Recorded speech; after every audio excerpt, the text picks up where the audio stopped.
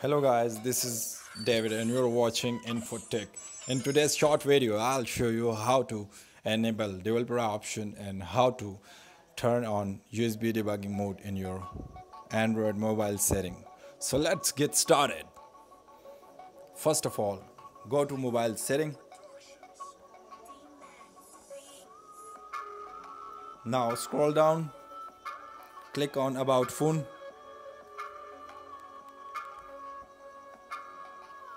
Now find here builder number. Press 7 times on builder number and go back.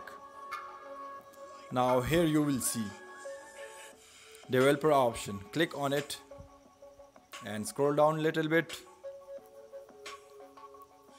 Here's USB debugging mode. Turn on it. So this was a short video about how to turn on developer option in your mobile and how to enable USB debugging mode. I hope you will like this video. Please guys, like and subscribe and hit the bell icon so you can reach to my upcoming videos.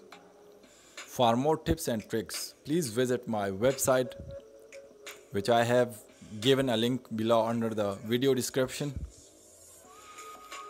A lot of stuff I have about mobile information in my website. Thank you guys and have a nice time. Bye bye.